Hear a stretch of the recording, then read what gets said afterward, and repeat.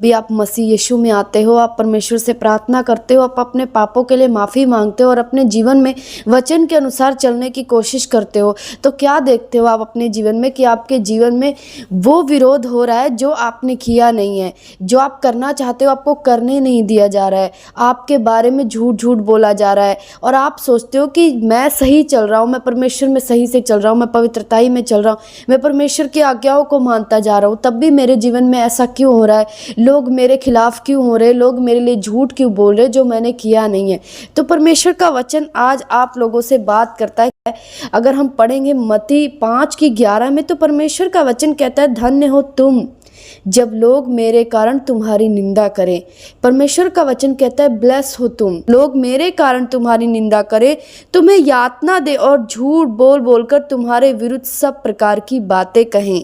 परमेश्वर का वचन कहता है, यदि आपके जीवन में ऐसा हो रहा है कि आपके विषय में झूठ बोला जा रहा है, आपका विरोध किया जा रहा है, आप अच्छे से अपने जीवन को चला रहे हो, आप मसीह यीशु में पवित्रताई से चल रहे हो, तो परमेश्वर कहता है कि तुम ब्लेस हो। आपको वचन समझना है कि परमेश्वर कहता है यदि आपके जीवन में ऐसा हो रहा है तो तुम्हें ब्लेस होना है, तो तुम्हें ब्लेस हो। परमेश्वर का वचन कहता है यदि तुम्हारे जीवन में ऐसा हो रहा है तो तुम ब्लेस हो। तो आज अपने आप को ऐसी सिचुएशन पे जो भी व्यक्ति हैं तो वो अपने आप को समझे कि अगर मेरे साथ ऐसा हो रहा है तो मैं बहुत ब्लेस हूँ और परमेश्वर मेरे साथ है। कोई कुछ भी क्यों ना कर रहा हो लेकिन परमेश्वर मेरे साथ है। जब भी आप सच्चाई के रास्तों पे चलते हो, परमेश्वर में सिधाई से चलते हो, तो शैतान क्या करता है, आपके ऊपर आरोप लगाता है, झूठ झूठ बातें बोलता है, आपके बारे में गलत गलत बातें बोली जाती है जिसमें आपका कोई दोष नहीं है। आपने लोगों का अच्छा करने की कोशिश करी और लोग आपको बुरा बना देते हैं। तो परमेश्वर कहता है ऐसी सिचुएशन में आपको खुश होना है क्योंकि परमेश्वर आपके साथ है। यदि तुमने पाप करके वो परीक्षाओं का सामना किया, वो दुखों का सामना किया, तो इसमें क्या बड़ी बात है। परमेश्वर कहता है यदि तुमने भलाई करके, यदि तुमने मेरे नाम के लिए, यदि तुमने पवित्रताई में चलकर भलाई की और उसके बाद भी तुम्हारी निंदा होती है, उसके बाद भी तुम दुखों का सामना कर रहे हो, उसके बाद भी तुम्हें मार पड़ रही है, उसके बाद भी तुम तकलीफ़ों में है, तो परमेश्वर कहता है ये परमेश्वर को भाता है, ये परमेश्वर को अच्छा लगता है कि अच्छे कामों के द्वारा दुख उठाएं।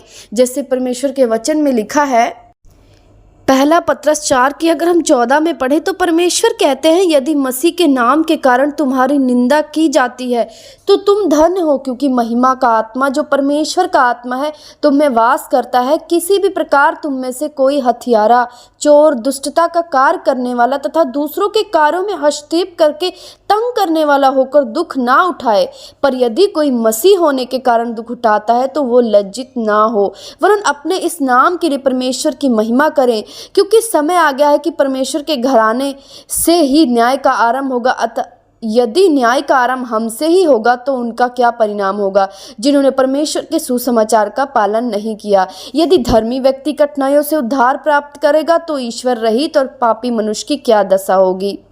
इसलिए वे भी जो परमेश्वर की इच्छा के अनुसार दुख उठाते हैं, उचित कार्य करते हुए अपने प्राण को विश्वास योग्य सृजनकर्ता के हाथों में सौंप देते हैं।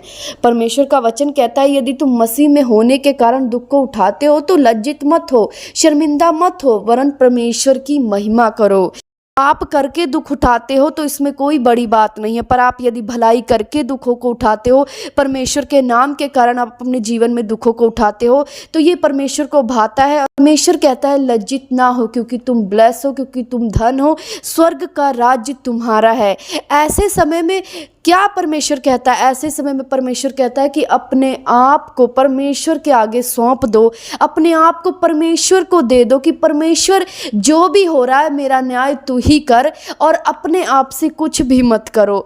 किसी से कोई बदला लेने की ज़रूरत नहीं है, कुछ भी किसी को कहने की ज़रूरत नहीं है, सिर्फ अपने आप को परमेश्वर में देने की ज़रूरत है। आपका न्याय परमेश्वर ही करेगा। अगर आप खुद से, जिन्होंने आपके बारे में कुछ भी बोला, अगर आप खुद से ही लड़ना शुरू कर दोगे तो आप परमेश्वर के वचन से बाहर हो, क्योंकि परमेश्वर कहता है ऐसे समय में अपने आप को परमेश्वर को सौंप दो, क्योंकि वो न्याय करता है। परमेश्वर आपका न्याय करेगा। इसलिए इसलिए जो आप खुद लड़ोगे तो परमेश्वर आपके लिए कभी नहीं लड़ेगा। अगर आप सही हो, आप परमेश्वर में हो और बिल्कुल सही से चल रहे हो, फिर भी ये चीज़ें हो रही है, तो आपको लड़ने की ज़रूरत नहीं है। परमेश्वर को दे देने की ज़रूरत है। परमेश्वर आपका खुद न्याय करेगा, परमेश्वर आपका खुद बदला लेगा। और ऐसे समय में और भी पवित्रताई में, और भी परमेश्वर की हजूरी में, और भी परमेश्वर के पवित्र आत्मा में, परमेश्वर की गहराई के वचनों में बढ़ने की ज़रूरत है। क्योंकि कई बार जब हमारे जीवन में ऐसी परीक्षा आती है, लोग हमारा विरोध करते हैं, चारों तरफ से हमें सताया जाता है, तो हमें परमेश्वर को दे देने की ज़रूरत है। क्योंकि ये सब चीज़ें क्यों आती हैं? ताकि आपको डिस्ट्रैक्ट कर दिया जाए, ताकि आपको आपके लक्ष्य से हटा दिया जाए, ताकि आपके मन में ये चीज़ें डाल दी जाए कि देख, तूने ऐसा तो नहीं किया, फिर भी तेरे साथ ऐसा हो रहा है, अब तू ऐसा ही कर। शैतान आपको भरमाने की कोशिश करता है कि यदि तू गलत होकर तुझे गलत कहा जा रहा है तो तू अब गलत करके ही दिखा दे। क्योंकि शैतान के मकसद को आप समझो, शैतान किसी भी लेवल तक जाएगा वो आपके जीवन को पाप में लेके जाने के लिए। यदि आप परमेश्वर में चल रहे हो, बिल्कुल विश्वास में चल रहे हो और परमेश्वर के वचन को नहीं तोड़ते हो, तो ऐसी सिचुएशन आपके जीवन में आएगी जहां झूठ झूठ आरोप आपके जीवन में लगाए जाएंगे, वो भी सिर्फ आपको डिस्ट्रैक्ट करने के लिए। तो ऐसे समय में और पवित्रताई में बढ़े और परमेश्वर की हजूरी में बढ़े, ताकि जो भी शैतान आपके जीवन में करने की कोशिश कर रहा है वो आपके जीवन से जाए। अगर शैतान आपके जीवन में ऐसी चीज़ें कर रहा है तो आपको भी गुस्सा आना चाहिए, शैतान के ऊपर आना चाहिए, ना कि लोगों के ऊपर आना चाहिए। क्योंकि हमारी ये लड़ाई मांस लहू से नहीं है, हमारी लड़ाई ये आत्मिक सेनाओं से है, दुष्ट आत्माओं से है। तो आपको ये लड़ाई अगर लड़नी है तो आपने दुष्ट आत्माओं से लड़नी है। और वो लड़ाई आप कैसे लड़ते हो? फास्टिंग के साथ, प्रेयर के साथ, पवित्रताई के साथ, परमेश्वर के वचन को पूरा करते हुए आप लड़ते हो, तभी आप शैतान को हरा सकते हो, तभी वो आपके जीवन को छोड़कर जाता है। तो कभी भी अपने जीवन में ऐसी परिस्थितियों में इंसान से ना लड़ें, क्योंकि हमारी लड़ाई लोगों से है ही नहीं है, हमारी लड़ाई आत्मिक सेनाओं से है, दुष्ट आत्माओं से है।